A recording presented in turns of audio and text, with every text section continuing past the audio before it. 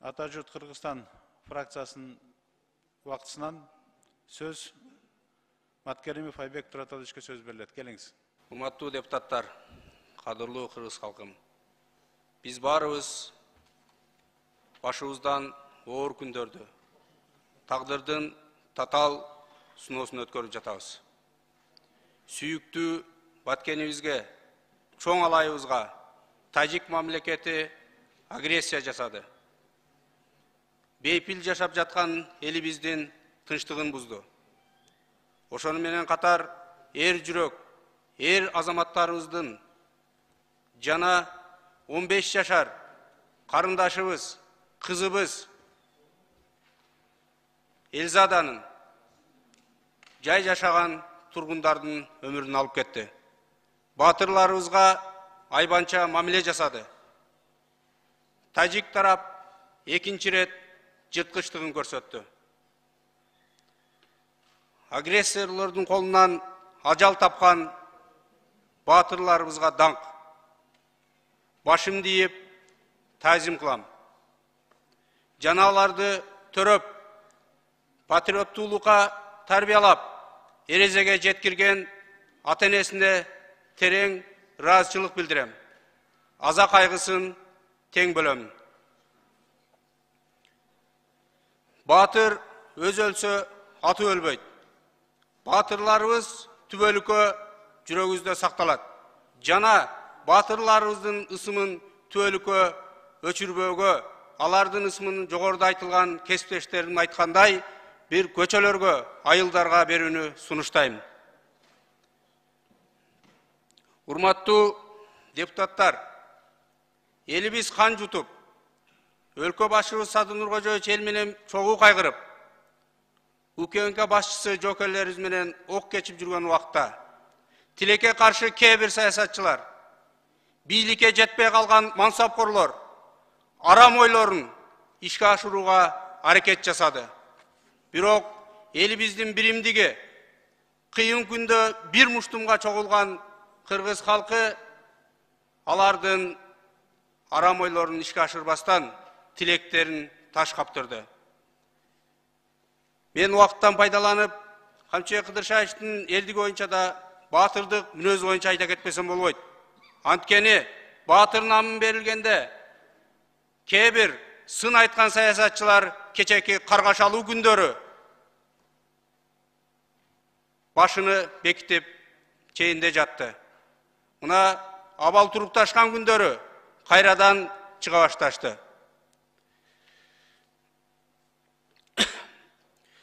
Бирок Камчыбек Кыдыршаевич алардан өзгөчөлөнүп, жоокерлер менен бирге кам майданда элибиздин тынчтыгы үчүн чогуу жүрдү.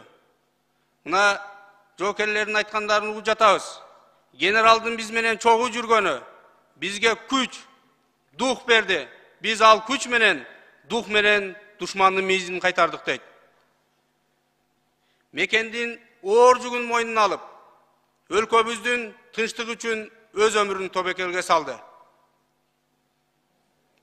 Чечкиндүү кадамдарды жасап, эр жүрөктүүлүк, тайманбастык касиеттери менен душмандын жерине барып, барымтада жаткан 4 жоокерибизди куткарып аман алып келди.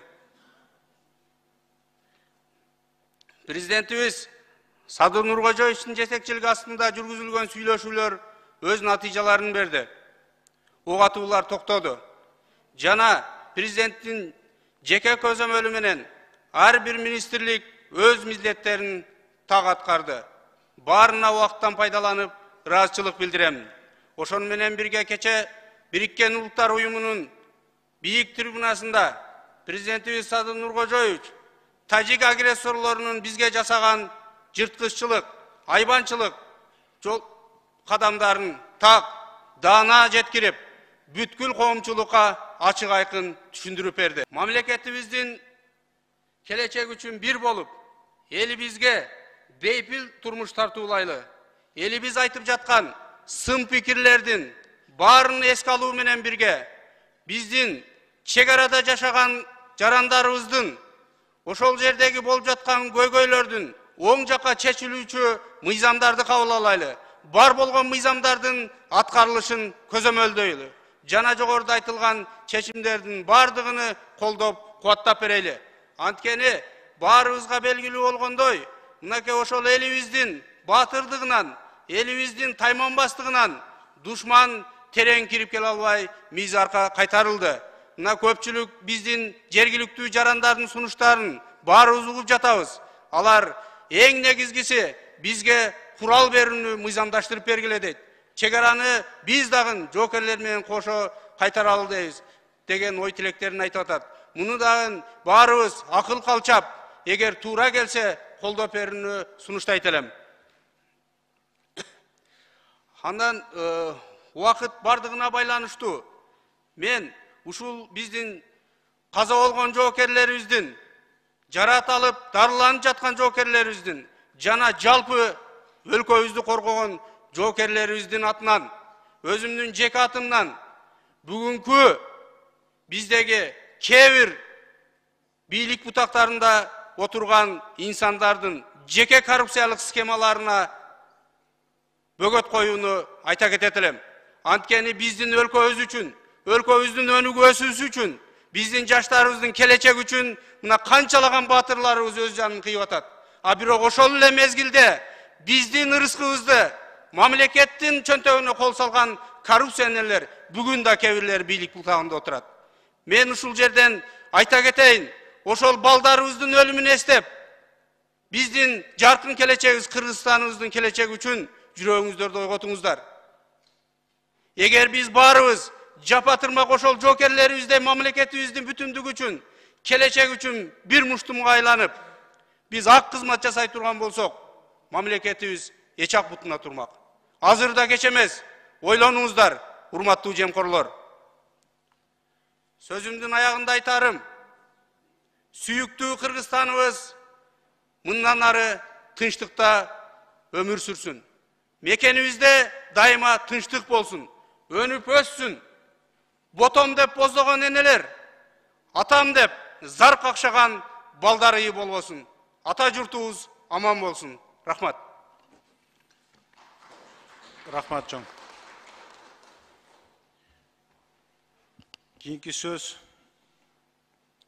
Алиев Медербек Кантишке берилет. Жагы эшик артында.